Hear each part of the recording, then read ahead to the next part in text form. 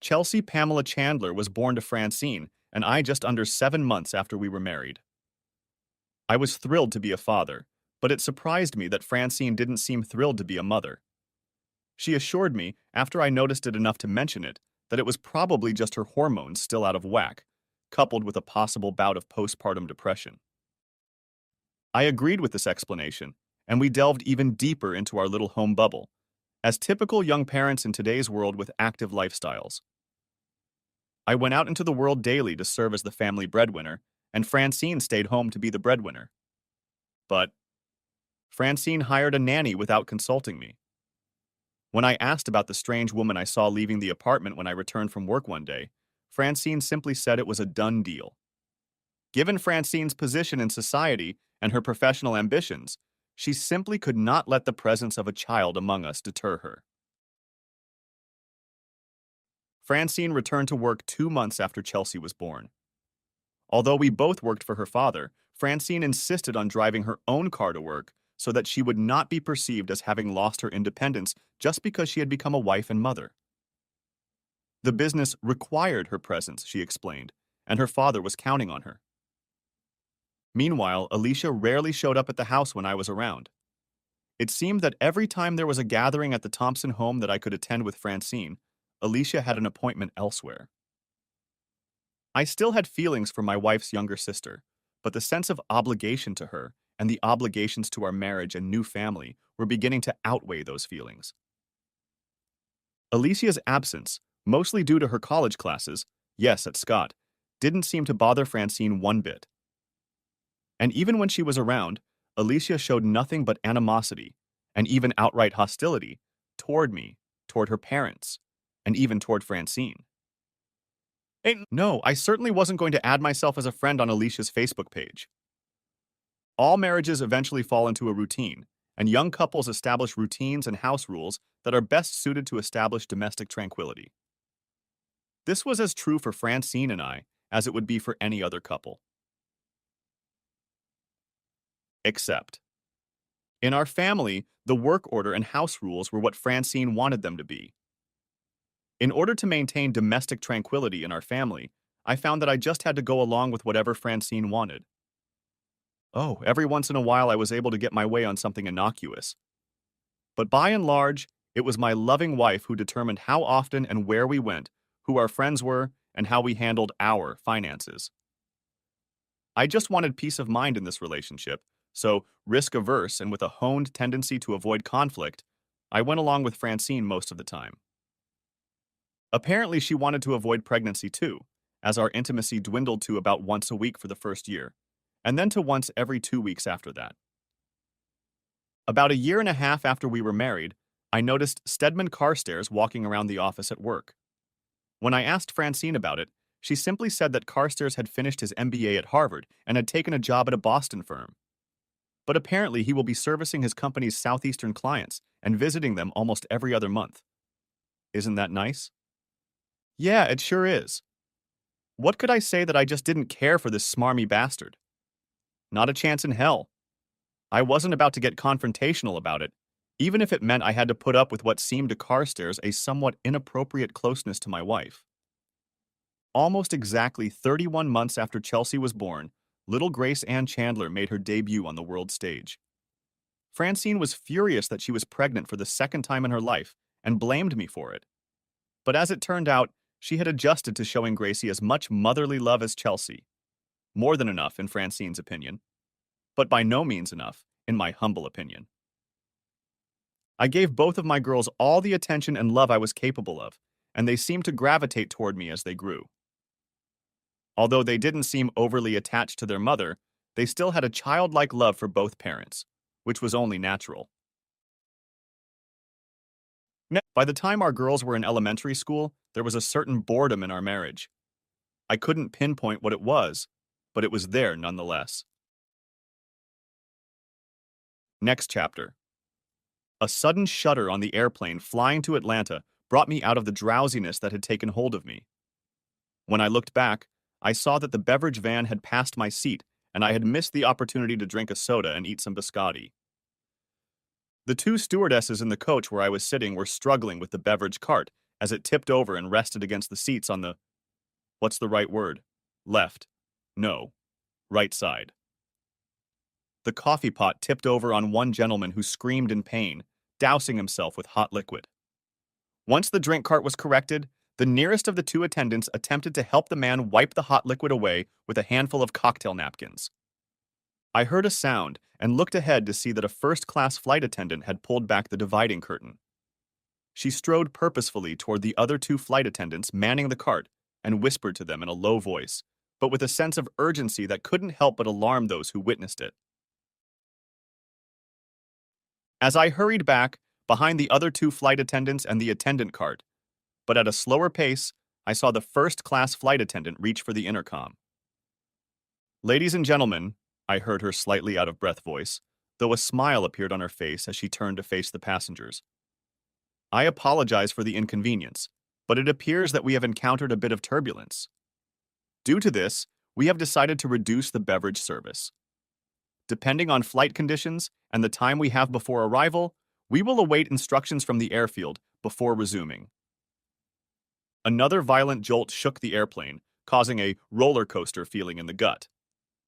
"Ladies and gentlemen, this is the captain speaking," came a male voice from the cabin speakers and from the headphones of those who were still listening to music, news, or comedy through the airplane's sound system. "We have encountered an unpleasant situation. If you are not already in your seats, I ask you to quickly return to your seats and fasten your seatbelts. Please remain in your seats with your belts securely fastened until we reach calmer conditions. At that time, I will take care to turn off the fasten your belt signs." The authoritative voice and decisive action seemed to have a calming effect on all of us, but it still didn't calm me down, so I tightened my seatbelt and leaned back in my seat. Next chapter. When the economy went south, my job became a little more interesting, if you can call work more interesting. That means I had to work harder to keep my clients' numbers up. The slightest movement in the markets could lead to big trouble, so I had to stay alert. And I had to work harder and longer, and I was really on top of things. In business, anyway. As for my marriage, I had no idea that not only was I not on top of things, I wasn't even in the middle, and I was actually almost at the very bottom of the heap. Enough metaphors. You've already figured out what's going on here, I'm sure. Francine still worked for Daddy at the company, ostensibly in the marketing department, but I never could figure out exactly what she was doing. She shut me down and avoided answering me every time I tried to show interest, taking advantage of my soft nature. Thus, she kept me in her place. Although I wasn't sure of the extent of her duties, I figured they must be important to the success of the Thompson business empire. Eventually, she began traveling more frequently on business trips, and sometimes at short notice. And these trips must have required physical and mental effort on her part, because after she returned, she was not in the mood for any intimacy with me for several days. And even when we were physically close, she didn't seem to be into it. And when she wasn't traveling, Francine went out more and more, supposedly with the girls from work. Perhaps I'm naive, but I could tell that these nocturnal adventures involved more than just letting off steam with the girls. But even if she was cheating on me, at least she wasn't showing it to my face. And I was too wound up to confront her. I didn't want to end up in a divorce situation with the consequences that would follow. Irregular contact with my children, financial poverty. Nevertheless, that's exactly what happened. Next chapter. The economy was recovering slower than predicted, and I kept working hard, trying to hold on to my position in the company and keep my boss happy, all the while trying to be a good and faithful husband and father. I didn't realize how hopeless my situation was until one day my father-in-law called me into his office. When I arrived, I was surprised to find not only Mr. Thompson there, but my wife, his daughter Francine, along with a lawyer I had met just before the wedding, and one other person. This person was in her early 20s, dressed in early Target style and chewing gum while standing noticeably apart from the other three. From the stereotypical description, you can guess who she was, I'm sure. Yep, straight from the casting call of the process servers. "Mr. Lewis Chandler?" She stepped forward and asked, while the others smirked and stood silent. Uh, yes. A brilliant answer. A truly mind-blowing one. Just what a junior executive in a thriving business should say at a time like this, right? A manly statement. Mr. Chandler, you have been served, she said, placing a large sealed envelope in my hand. I didn't answer anything. I was still confused. I just stared at the package in my hand. I was slightly startled by a flash next to me. When I looked up, I saw that she had taken a picture of me with her digital camera. I'm sure the frame included the designer clock on the Thompson wall behind me to confirm the date time on the picture she took while I was being served. As the document server withdrew, I heard Francine sniffle and turn to her in shock at the rapidly unfolding events and in curiosity at what sounded like her crying. Louis, she said quietly without looking at me. How could you? Needless to say, I had no idea about any of this, especially that comment. Mr. Sharktooth made sure to clear things up quickly. Mr. Chandler, Thompson's lawyer said, I have a deposition from one Joan Hartman, an employee of the department you influenced in hiring, firing, and promotion, in which she claims you coerced her. He waved a piece of paper that had all the hallmarks of officialdom. You, sir, continued the lawyer, are guilty not only of adultery with this innocent young woman. At this, he pointed to Francine, who was busily pressing a napkin to one eye, obviously wiping away a tear. You are also in violation of the marriage contract you signed before you entered into union with Francine Thompson. And, I might add, Thompson looked at me with an expression not exactly of anger but satisfaction. You are in violation of company policy prohibiting inappropriate personal relationships between senior and subordinate employees. Leaning toward me, he removed his glasses and said the following. And you should just be happy that Mr. Thompson is not going to pursue your prosecution under violations of state or federal labor laws. I was numb. I had no idea who a person named Joan Hartman could be. I had no idea why this was happening to me. And why now? But, true to my nature, I just shrunk within myself and kept quiet. You have 30 minutes to clear your desk and office of all personal belongings. Needless to say, you cannot log onto the computer network from this point on, as your access to it has been revoked. One of these two gentlemen standing behind you will take your keys and your parking lot entry card. Thompson was on a roll. And you bastard, Francine cut in. Your things are packed and stacked by the front door of the condominium. I've changed the locks, so you need to come in when I'm there tonight. But before 8 o'clock tonight, I finally found my voice. The girls? They're at their mom's for the next few days, Francine interrupted me. I've also applied for a restraining order to keep you away from us, as I'm afraid your previous signs of aggressive behavior could put me and my children in danger. I had finally had enough. Mouse growled. What do you mean by aggressive temper, Francine? I shouted, probably for the first time in 10 years. I have never raised my voice, much less my hand, in anger at you or my girls. At this point, Mr. Thompson added with a thin smile. You see, Jim? He looked at his attorney and continued. If you need a witness about his anger problems, all you have to do is call me to testify during the hearing. I now realized that I had been cornered by professionals. I was shocked, angry, frustrated, and completely out of it. I felt a hand on my elbow and noticed two security guys escorting me to my office. By late afternoon, I was driving back down the I-20 freeway toward my parents' house.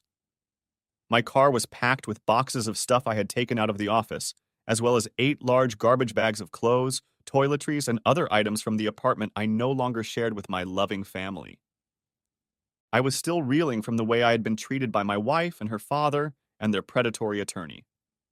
I may have been embarrassed by this Joan Hartman's claim of so-called stalking, but I finally got really angry, perhaps for the first time in my adult life.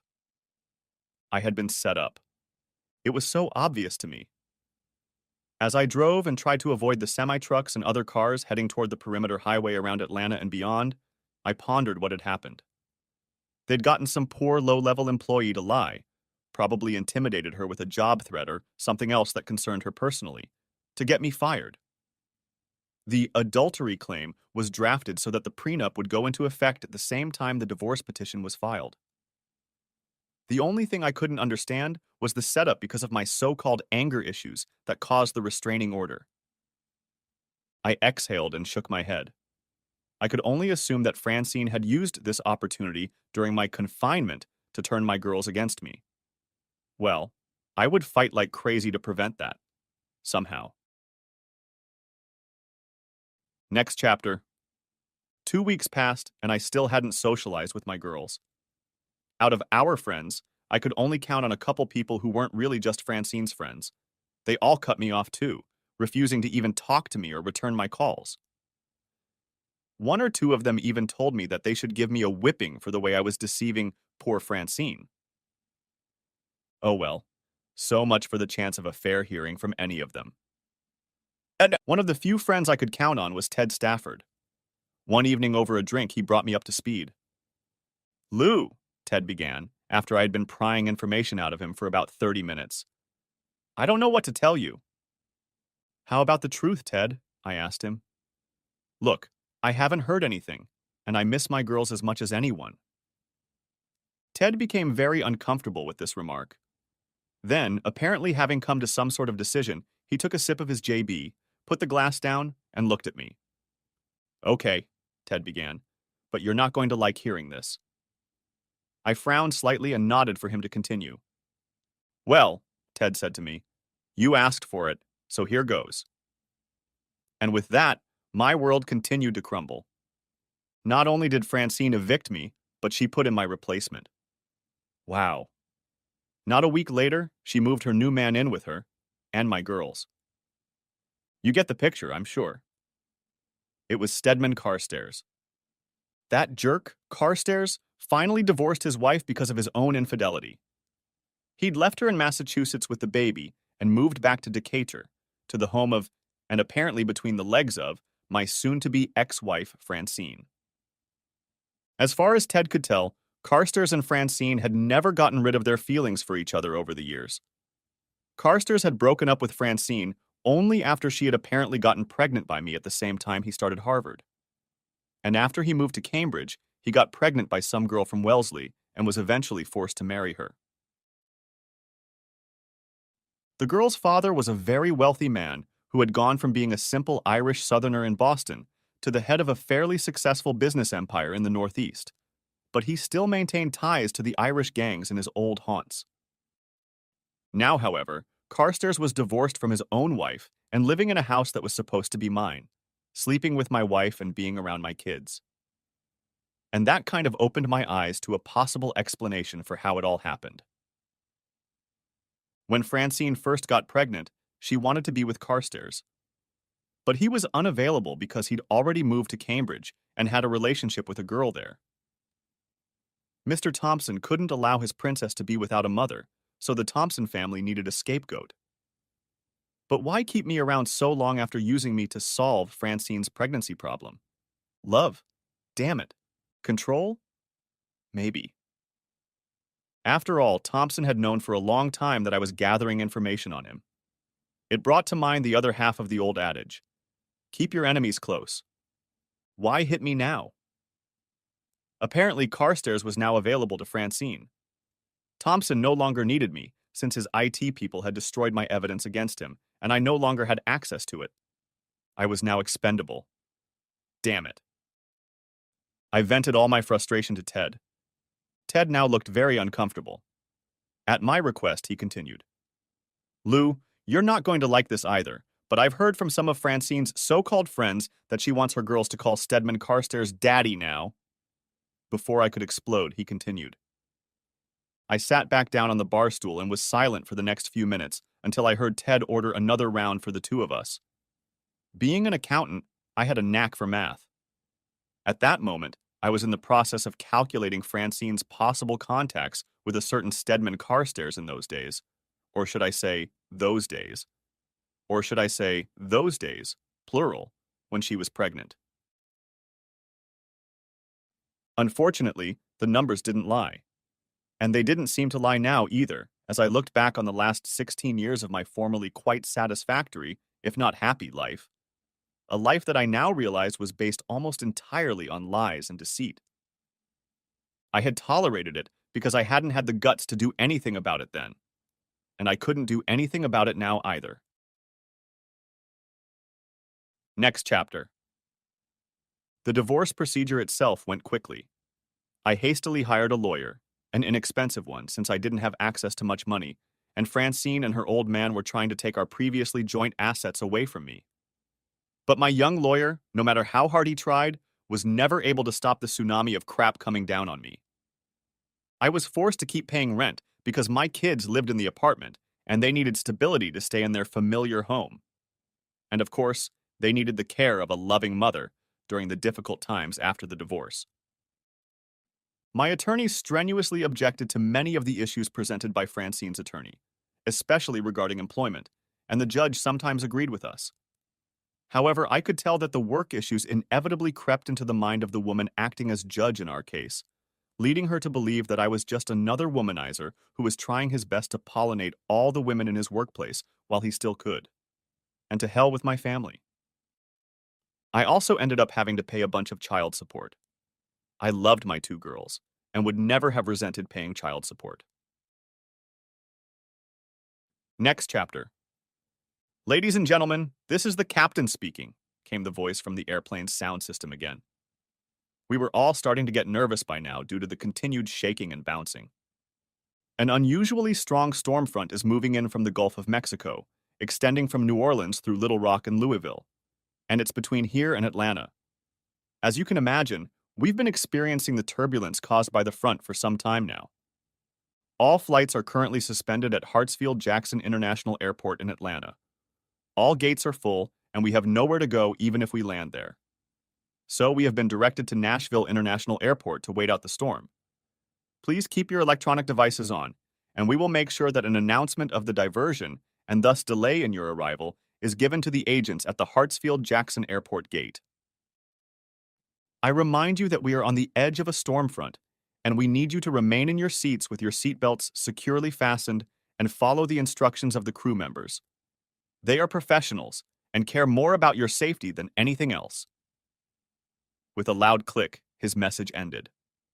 The airplane was lurching, and I could see flashes of lightning around us every now and then as we were obviously in the western part of the thunderstorm front.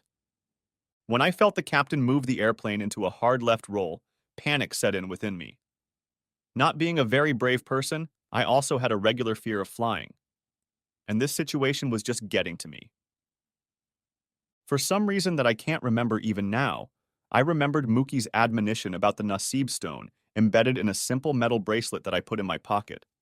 It attracted absolutely no attention when I put it in the cup going through the TSA checkpoint at the MSP airport.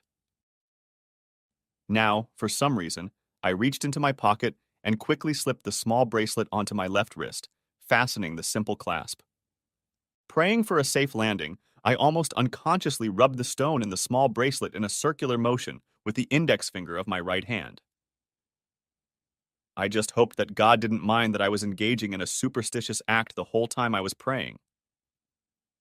Suddenly, my vision blurred, and simultaneously I heard and felt the airplane shudder slightly as the captain began to lower the landing gear for the approach to Nashville International Airport, which was now very bumpy. Oddly, the blurriness was only in my left eye. As I realized this, my left eye cleared up, and my right eye blurred. It seemed that each of my eyes was clearing and losing clarity independently of each other, or even in an alternating rhythm. Now I was truly frantic. I prayed harder, rubbed faster, and my eyes alternately dimmed and clarified faster and faster. Then I think I passed out. Next chapter. Next chapter. When I came to my senses, things were pretty strange. The oddity was that I wasn't on the airplane, and I wasn't lying down. And everything was so quiet. I leaned against the sink counter in the men's restroom, located down the hall from the stairs leading to my office. And here's the thing. This was the office at my old job, the one I had been kicked out of a few months before. While contemplating that I'd better get out of here before old man Thompson discovered I was trespassing, I noticed my reflection in the mirror above the sink. While my eyes were still performing the left eye, right eye, dim, clear action. I saw in my reflection that my pupils were alternately dilating and constricting. At the top point, the pupil was almost completely covering the iris, so that I couldn't even tell the color of the eye. At the lowest point, it was as if the eye was almost all color, and the pupil was just a tiny dot. I washed my hands and wiped my face with water as the blackout began to subside. After about 30 seconds, I saw in my reflection that the alternating pupils in my eyes had weakened and were no longer visible. I panicked for a moment when one of the guards who had escorted me out of here months ago walked in to do his business. I was sure he would grab me by the scruff of the neck and my pant leg and shove me out of the establishment through the nearest door or window, whether it was open or not. "Did you comb your hair, Mr. Chandler?" the guy asked in a friendly manner, heading for the urinal. He said it just like he might have said it before all this shit started here. Taking advantage of the guy's distraction to take a piss, I walked out of the men's room, wondering how I got from the turbulence aboard an airplane landing in Nashville, Tennessee, to the quiet men's room at my old workplace in Decatur, Georgia. The men's room was next to the lobby on the second floor, so I could see the TV in the waiting area. It was tuned to CNN. Hey, this is the Metro Atlanta area and TED Network's rule here. I almost passed out when I saw what was being shown on the screen. On the screen was a live broadcast of a thrilling car chase taking place in Houston, Texas. But that wasn't what made me pass out. It was my recollection of an event that happened months ago. Moreover, the date and time was on the screen right above the newsfeed that ran along the bottom of the screen. It had happened almost a year ago, 7 or 8 months ago anyway. I looked out the window and didn't see the dull brown grass around the building, as it must be today, late November. Instead, I saw the smoothly trimmed zoysia grass and the budding ornamental trees of mid to late March. "Mr. Chandler, are you all right?" Marge, one of the secretaries in Mr. Thompson's company, asked. I was leaning against the wall and looked gray. At least that's how I felt. Thank goodness I was too shocked by what I saw around me to say anything. I'd probably say something stupid or out of line enough for Marge to call for the guys with the nets and straitjackets. "Yes, yes, Marge. I must have eaten something at lunch that I didn't like," I said unconvincingly. Marge smiled at me and walked back to the front desk. I turned down the hallway leading to the stairs and went up to the second floor. On the way to my old office, I met nothing but familiar faces and smiles. What I didn't meet was anyone or anything that could explain my presence here, in this place, at this time. I closed the door to my office and sat down to gather my thoughts. I looked around the surroundings of my office. Nothing had changed from a few months ago. I saw the family photos on the desk and the gloom came over me again. Francine and the girls were still smiling at me from the frames. Also in the frame was a family photo from our wedding reception 16 years ago. Well, a little over 15 if the date on the TV was correct. The whole family was there, including Alicia. Oh, Alicia. If only. Now not only was she not mine, she was no one's. Alicia passed away earlier this year from cervical cancer. The cancerous tumor was not detected early enough because no one would have believed it could occur in such a young woman. Had it been detected early enough, and had she had a complete hysterectomy, she could have lived for many more years, even decades. Now she's just gone. Alicia left behind not only her own family, but also her little 3-year-old son and her asshole husband Frank Deal, the rapist her father set her up with right after we broke up and after she graduated from college. It seems the Deal family, who lived mostly in the Savannah area, was prominent in Georgia business and politics, and Dad wanted Alicia to marry someone well-connected. Frank hadn't turned out to be as influential as expected. Even his own family had been close to disowning him, except when it came to hitting Alicia right or left. What an asshole. Yeah, Alicia had put all that behind her. Well, she left me behind too, of course. I never lost my deep emotional attachment to Alicia. Thoughts of if only often visited me when I was depressed about how my life with Francine and the girls had turned out. At that moment, my worst fears of being caught trespassing in the Thompson building were confirmed. J. Carter Thompson himself burst into my office without knocking or other common courtesies. I stood and prepared myself to have to endure another outburst of his anger, as well as contact security to have my unauthorized ass thrown out of his building. But instead, he gave me a very cheerful smile. "Congratulations, Lou," my supposedly former father-in-law said in a friendly voice that was far from the norm, even before the divorce. "You've talked the Allen brothers into going along with us. You're going to get a substantial bonus this month. I'm proud of you, boy." Mr. Thompson then, after giving me a slap on the back, turned and strode purposefully toward the exit, leaving me almost completely out of breath. The Allen brothers.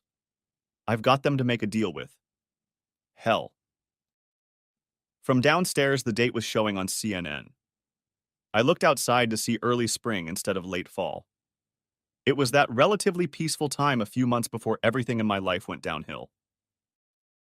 Not believing this was possible, I sat down and put my elbows on the table. I raised my hands to cover my face. And then I saw it. Around my wrist was the chain of a simple bracelet with a strange stone in a simple setting. There was nothing beautiful or outstanding about it. It was just lying where I had put it when I took the airplane from Minneapolis in a few months. I looked at the Outlook calendar on my workstation. Aha. It was indeed 8 months before I traveled to Minneapolis. And yet I had a bracelet that my mind told me I had gotten there, and then, as a gift from a guy named Mookie. I had a panicked thought. What if I didn't just mentally and emotionally go back to an earlier time? And if I went back physically, what would I do if I encountered my other self belonging to that timeline? Nope. Somehow I knew that I had just returned to my own timeline and was in my own body from a few months ago. And also, the stone bracelet of Nasib had apparently returned with me. Somehow, some force, or whatever it was. Associated with this Nasib stone brought my consciousness back in time with the Nasib stone. I could only guess that the presence of the stone was to serve as a guarantee that it had indeed worked, and to reinforce the fact that it was indeed behind the strange circumstances I had gotten myself into. But I was now aware of what might have been, and of what was likely to happen in a few months.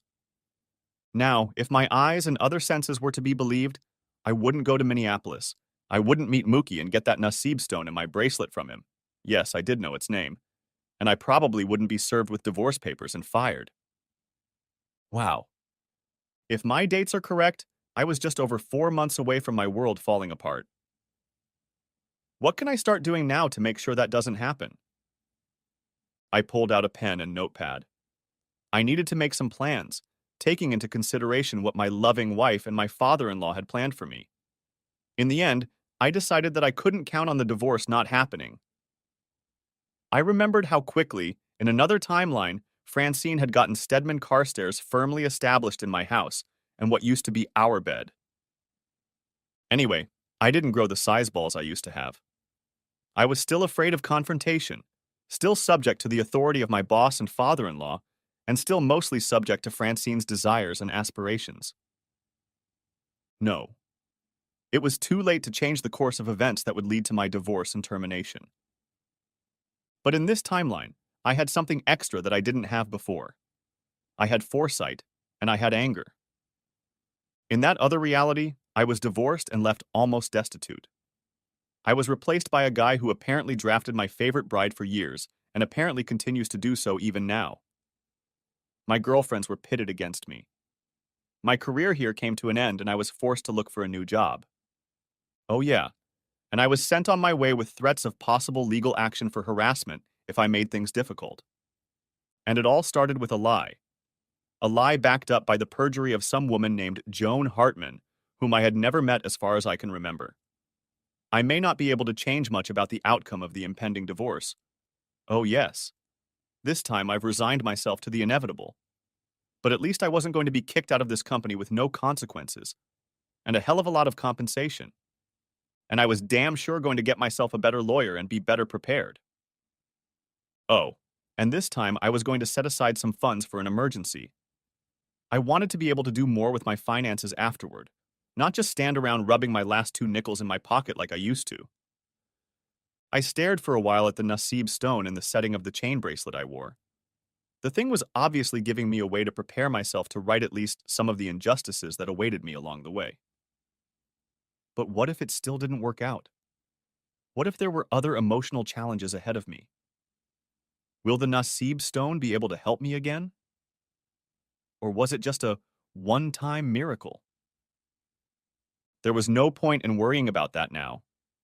I had enough to worry about for the foreseeable future.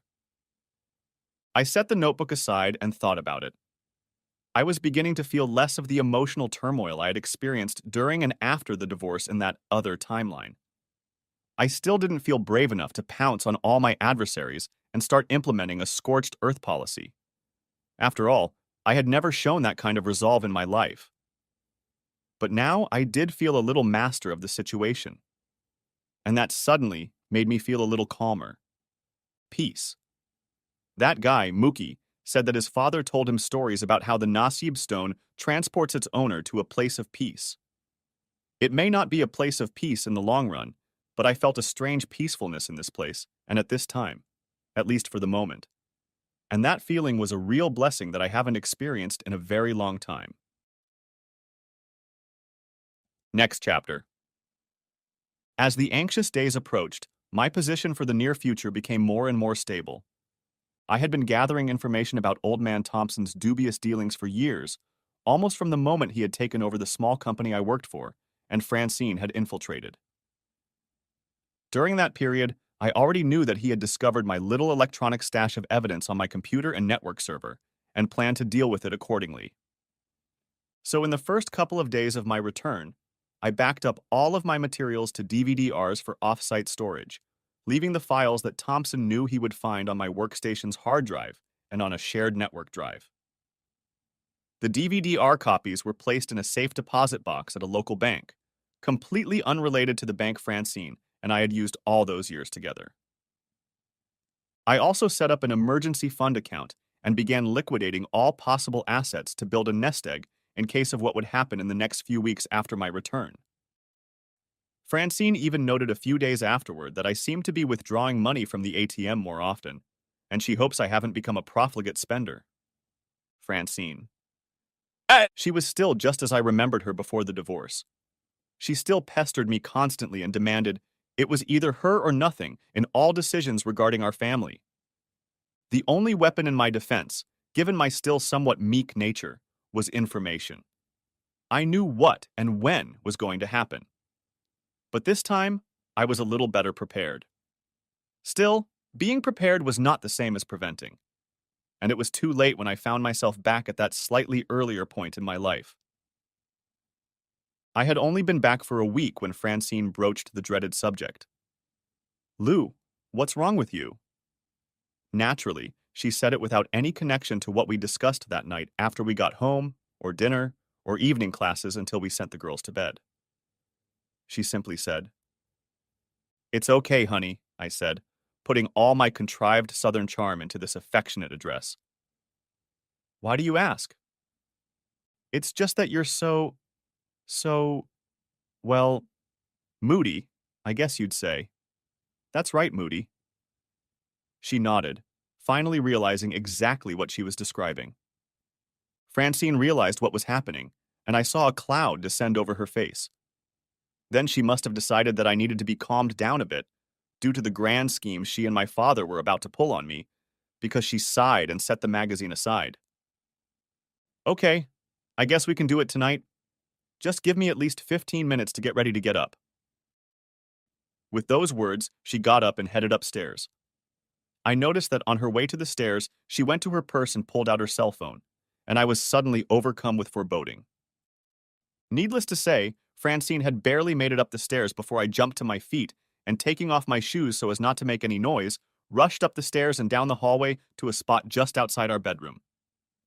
From there, I could hear her speak in a low voice, almost a whisper. Yes, you know I have to do this a few more times. If I don't, Loser will suspect something wrong. That means I'll still have to play the role of loving wife and give in to him from time to time. Well, that confirmed my suspicions about her infidelity.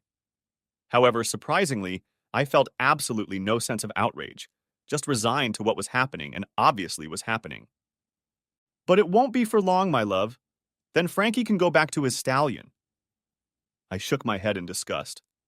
Although I wasn't 100% sure yet that she was talking to her former beau, Stedman Carstairs, the nickname she was using for whoever was on the other end of her call indicated it. Yes, that marriage was dead. And by the looks of it, it had been dead for quite some time. Prior to my comeback, I simply hadn't paid enough attention to my relationship with Francine. Either she or my own shyness kept my attention elsewhere, as emotional self-defense against her constant battering. Not now. I mean, I still wasn't ready for a confrontation. But I wasn't nearly as upset as I'd been before the comeback. Look, I've got to run. He'll be here any minute, and I'm going to have to give him another trait of mercy. No, of course I won't do anything to him except the bare necessities. You know I'm leaving myself and everything else to you, sugar. Not tonight, my dear, I thought. Next chapter. I did a little research before the expected figurative death knell sounded for my marriage. Our company's HR department had been outsourced by contract, and I made a surprise visit to the company that handled it. There I was met by my attorney, much more experienced than in my former reality. He was already on standby, preparing for what he thought was my expected demand for a divorce from my wife. I couldn't let him know that I knew she was going to sue me. "Why are we here, Lou?" my attorney John London asked. "Well, John, there seems to be a vicious rumor going around the company about alleged inappropriate actions on my part. I just want to check on something for the record, and I thought you should be with me in case I run into any obstacles in getting what I need today," I said.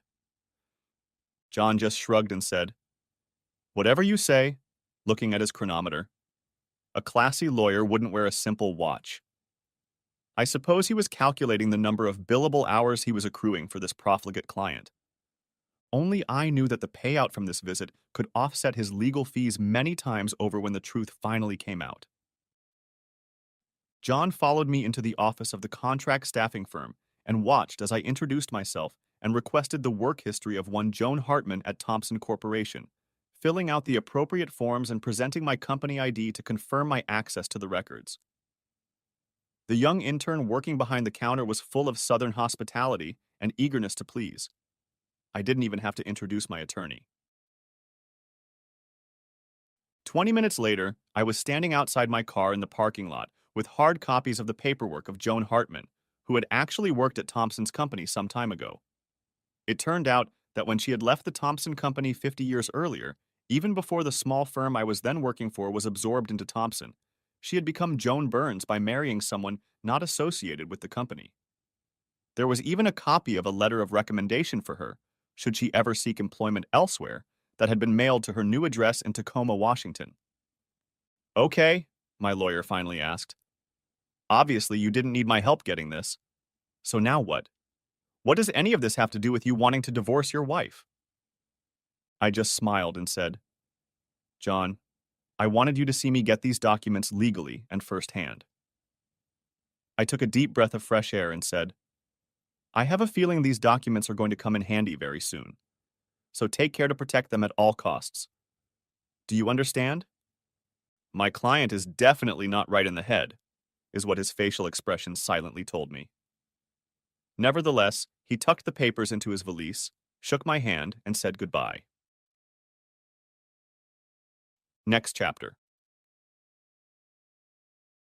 On the morning of the day I was to be summoned to Thompson's office for them to bring the gavel down on me, thinking I was still an ignorant loser, I had already arranged for my attorney, John London, to stop by to see me on an urgent matter.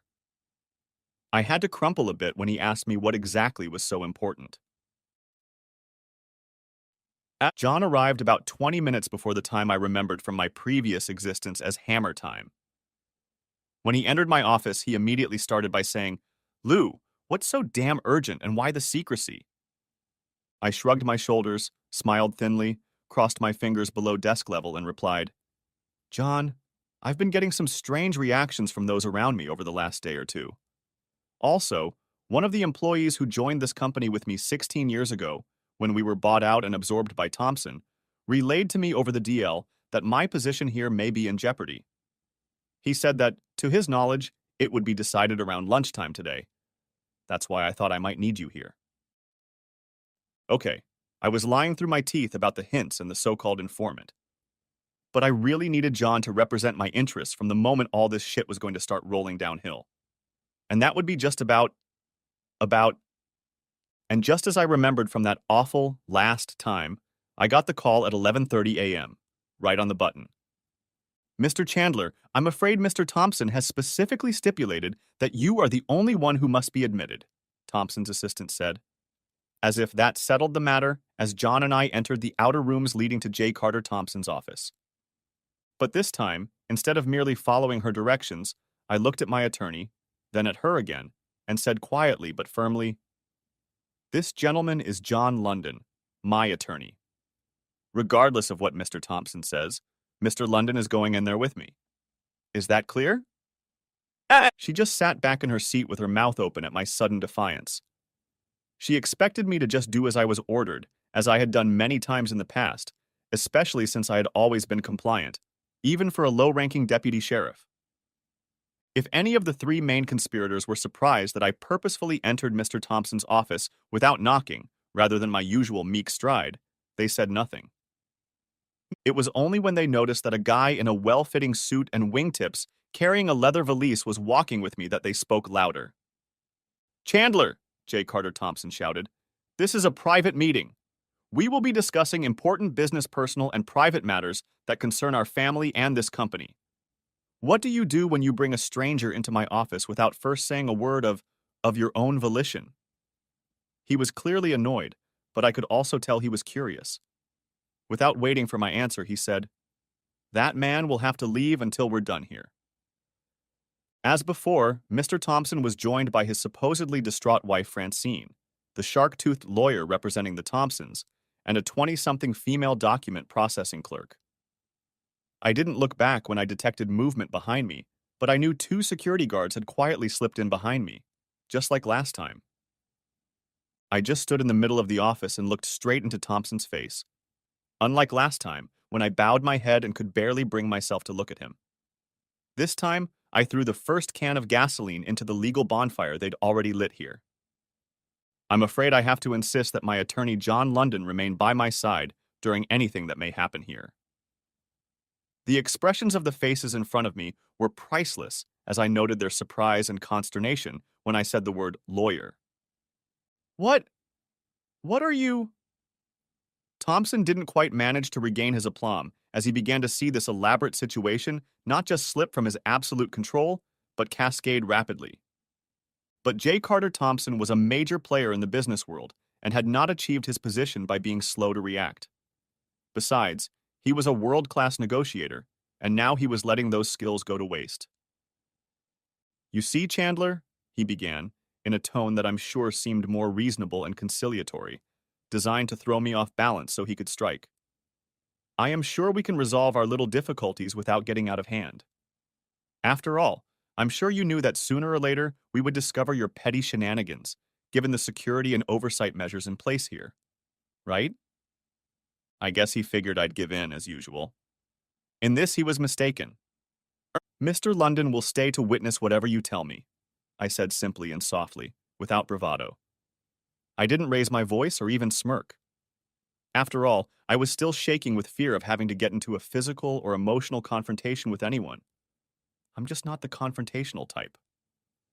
But a tiny voice in the back of my mind assured me that I just had to stand my ground. And I did. But it wasn't easy. Thompson, his lawyer, and Francine spent about 10 seconds looking among themselves. I guess they were trying to determine from their facial expressions alone which one of them would try to save the play they were putting on here this morning. Finally, Mr. Thompson said, "All right." He then looked around and nodded to the young woman holding the ill-fated envelope I had been waiting for weeks for. She approached me and began her story. "Mr. Louis Chandler?" she asked, and the others stood silently looking at her. This time they weren't grinning as wide as before. "Yes, that's me." I said it without any bravado, but this time I wasn't so insecure. "Mr. Chandler, you've been served," she said, placing a large, sealed envelope in my hand. The faces of the big three standing in front of me must have had the same look of shock on them this time as the last time I hadn't even looked at the envelope I'd been handed. I just propped it under my chin and turned to the process server with a positive smile as she took my picture. I then handed the package to my attorney. Now he's going to start acting, I thought as I handed the packet to John. And sure enough, he started. My client has nothing to say right now, John quickly stated as he tucked the packet under his arm and opened his valise. I realized from the way he said it that John's statement was meant more for me, a reminder that I shouldn't say anything, than for the others. He pulled out a fancy stationery knife and easily cut through the packing materials.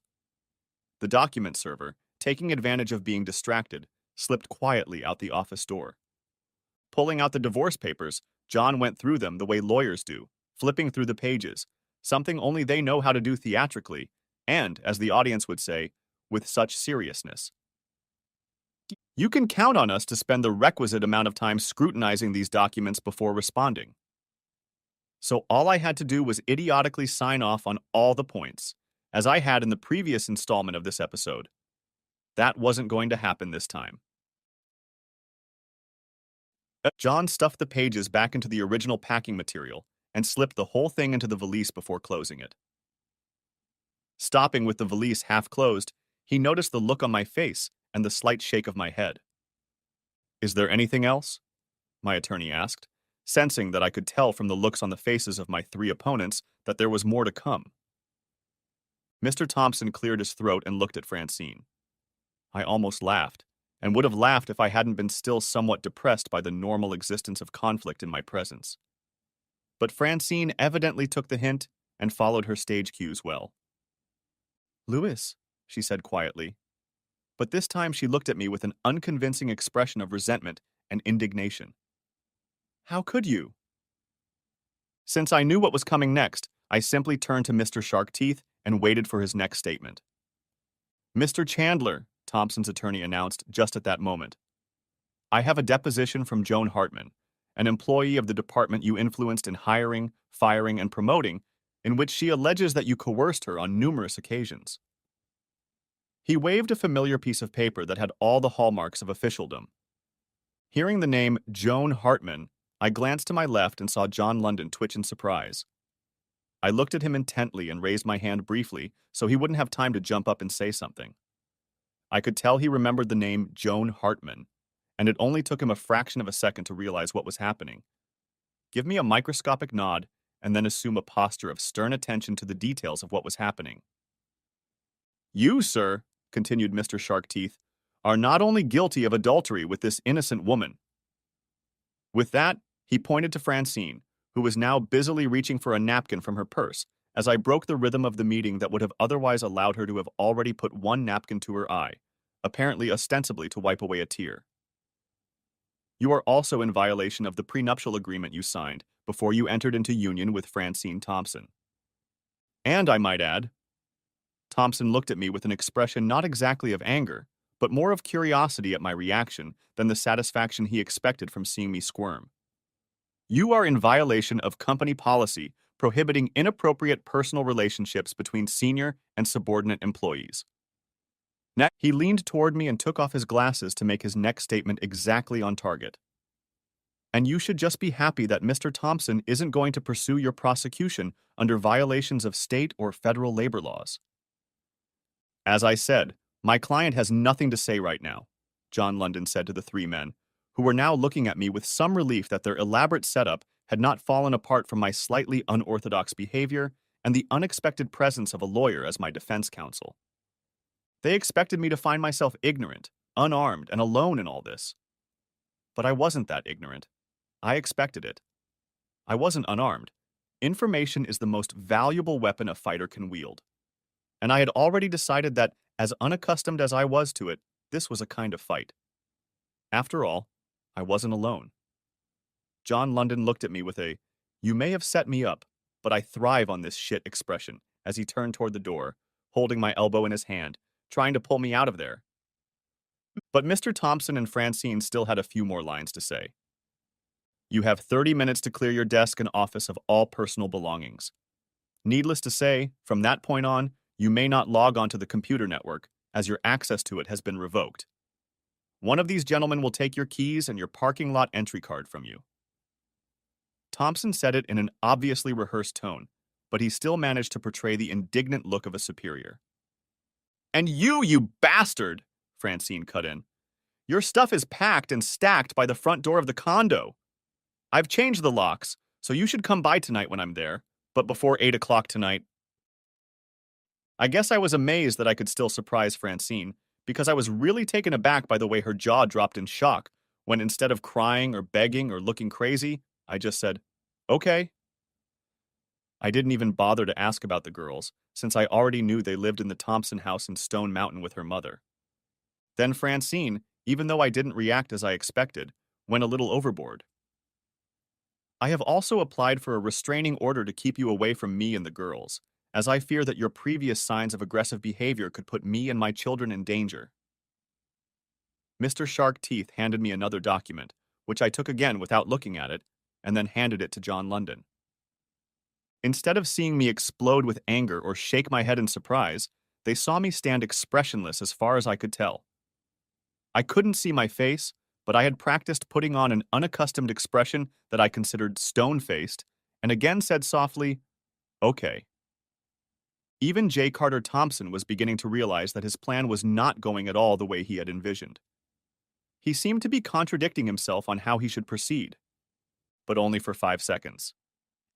Get him out of my office and out of the room as quickly as possible, Thompson ordered those behind me.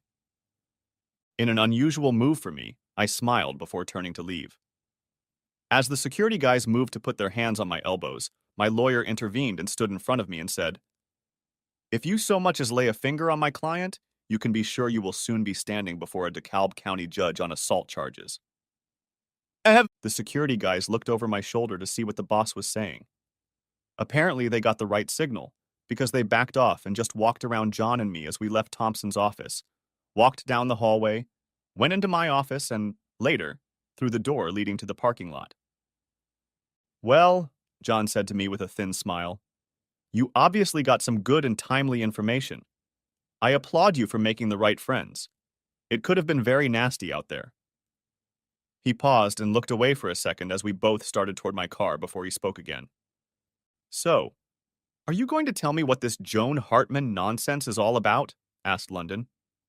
I remember you showing me her file, and since she left the area before you moved on to work for Thompson, we both know that their whole case for divorce and your dismissal is built on a solid foundation of pure nonsense and probably perjury. So what are you thinking? By this time, I had reached my car and was stowing a box of stuff from the office in the trunk. Closing the lid, I said, my marriage is a farce, John, so I'm not too worried about breaking up with Francine for good. As for the kids, I love them dearly and don't want to lose them, but I just don't know what to expect from these people under a so-called restraining order based on my alleged anger issues. Don't worry, John replied. It may take a week or two, but I'm sure I can get that restraining order lifted. Now, what about this Joan Hartman? I looked at my lawyer and smirking said, John, you're going to make me a very rich man with a wrongful termination lawsuit, and just in case you're not doing too badly yourself. After the divorce judgment is entered, and only then, based on this delusional assertion, do I want you to sue for $16 million in damages. I am basing this on a calculation of $1 million for each year that I was with Thompson and Joan Hartman was not. Then I want you to raise the amount by another $2 million and threaten them that if they try to countersue, they will go to the prosecutor's office on perjury charges. Then, I want you to raise the amount by another $500,000 every time they offer an alternative settlement amount. John's smirk began to match mine, and he told me, you know the final judgment in a lawsuit like this probably won't reach that amount. I mean, judges don't usually award the plaintiff such a high amount in cases like this. But we should get a heck of a return on the lawsuit with so much evidence in our favor and the obvious chutzpah of Thompson and his lawyer. Oh yes, we should do just fine. We both started laughing as he shook my hand and headed to his car, while I climbed into mine to drive to my new apartment, which I had already arranged for and had already had furniture delivered. My new apartment was in Sandy Springs, as it had been in the past, but this time I had time to prepare, and I had found a much nicer place to live. Also, I had set aside enough financially to handle things like the deposit and extras for now. As for my stuff in the apartment Francine was talking about, damn, I could go and get them. That way I could piss her off even more without being depressed and needy, as she no doubt expected me to be in all of this. As for my girls, I knew that Francine would try to use my love for them as a weapon against me. But I also realized that there was nothing I could do about it now.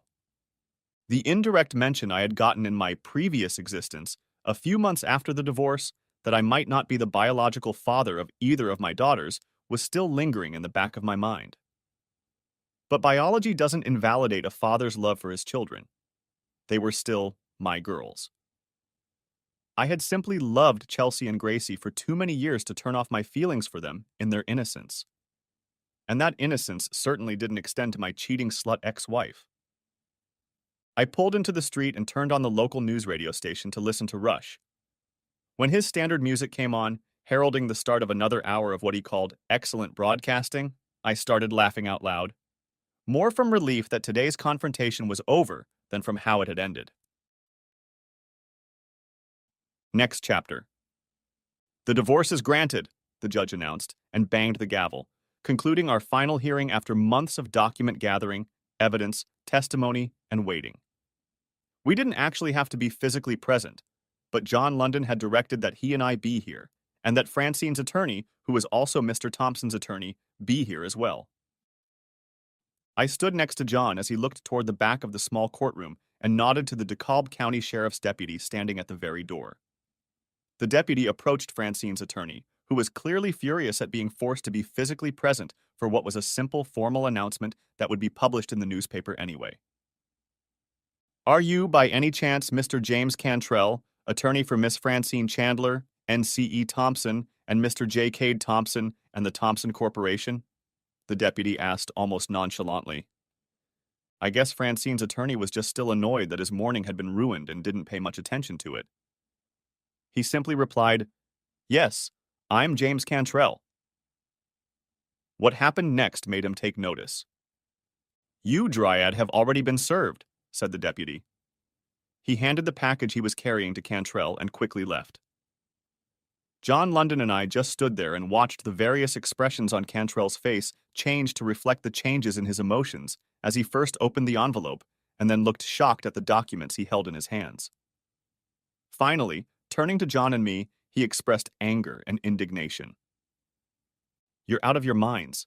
There's no way you can expect this lawsuit to gain the confidence of the court. He's never, Cantrell began.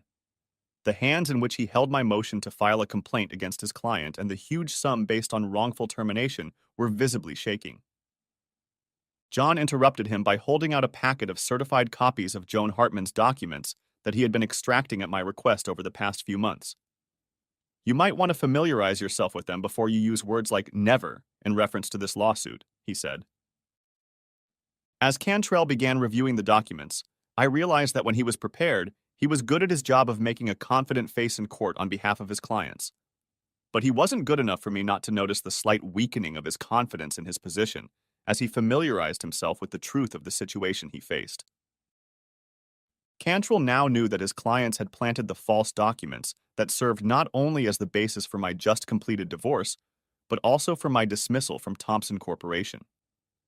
The highlighted dates showed that I was not even working at Thompson at the same time as this Joan Hartman, with whom I was supposedly having an affair, and that she had left the company over 16 years ago, just as I had joined the company. Even with my lack of experience in all this, I could tell that he realized he was screwed. Well, I mean his clients. Lawyers are almost never on the losing end. Finally, he said the only thing he could say at such a moment. We'll get back to you on that. John smiled predatorily at Cantrell and said, Just don't take too long. You can call my assistant and make an appointment. I had one more thing I had to do personally this morning. I handed Mr. Cantrell a DVD-R containing copies of electronic documents that indicated years of unethical and illegal business activity by Mr. J. Carter Thompson and his CFO at the Thompson Company. I said, "Be sure to pass this on to my former father-in-law, for his eyes only, not yours. It might make him want to hurry up.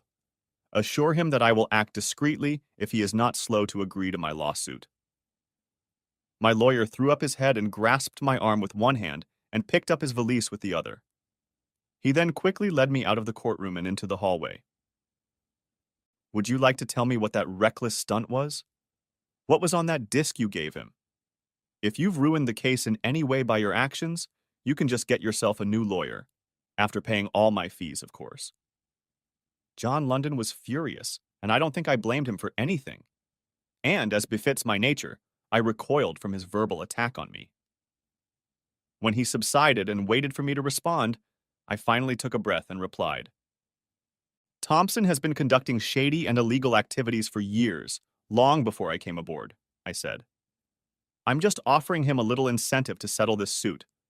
Or I'll have to take a copy of this disc to the DA's office or even the FBI field office in Atlanta."